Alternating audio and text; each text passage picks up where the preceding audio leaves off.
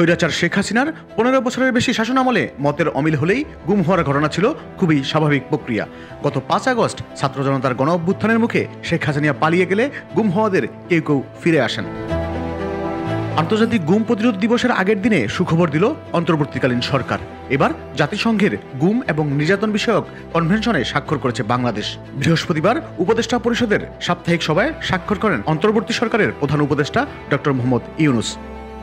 উপদেষ্টা পরিষদের সভা শেষে উপদেষ্টা সৈয়দা রিজওয়ানা হাসান বলেন, আর কোনো সরকার যাতে মতের অমিল হলে গুম করতে না পারে তার একটা পদক্ষেপ নিল বর্তমান সরকার। বাংলাদেশ একটা আন্তর্জাতিক কনভেনশন আছে গুমের বিরুদ্ধে। সেই আন্তর্জাতিক কনভেনশনটা 2006 সালে, এটার পুরো নাম হচ্ছে international convention for the protection of the persons from enforced disappearance.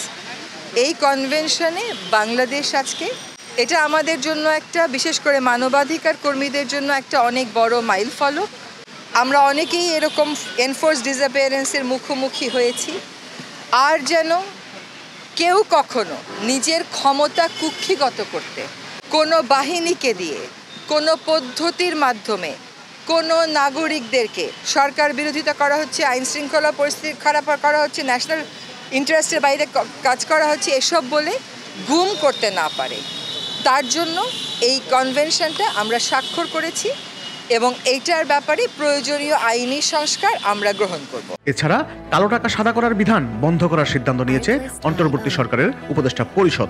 রাষ্ট্রীয় অতিথি ভবন যমুনায় অনুষ্ঠিত উপদেষ্টা পরিষদের সভায় এ সিদ্ধান্ত হয়।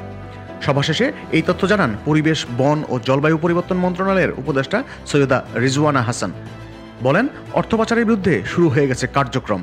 কালো টাকা সাদা করার যে বিধি এবং রীতি, সেটা বন্ধ করে দেওয়া হবে। কারণ এখান থেকে সরকার যেটুকুন টাকা আনতে পারে সেটুকুন টাকা দিয়ে সরকারের যে খুব বেশি কিছু আগায় তা না, বরং মূল্যবোধটা অনেক বেশি অবক্ষয়িত হয়। ফলে এটার বিরুদ্ধে স্পষ্ট একটা সিদ্ধান্ত হয়েছে।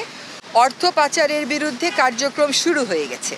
সাফ অনূর্ধ্ব 20 চ্যাম্পিয়ন হওয়ায় বাংলাদেশ ফুটবল টিমকে সরকার সংবর্ধনা দেবে বলে জানান অন্তর্বর্তী সরকারের বন, পরিবেশ ও জলবায়ু উপদেষ্টা।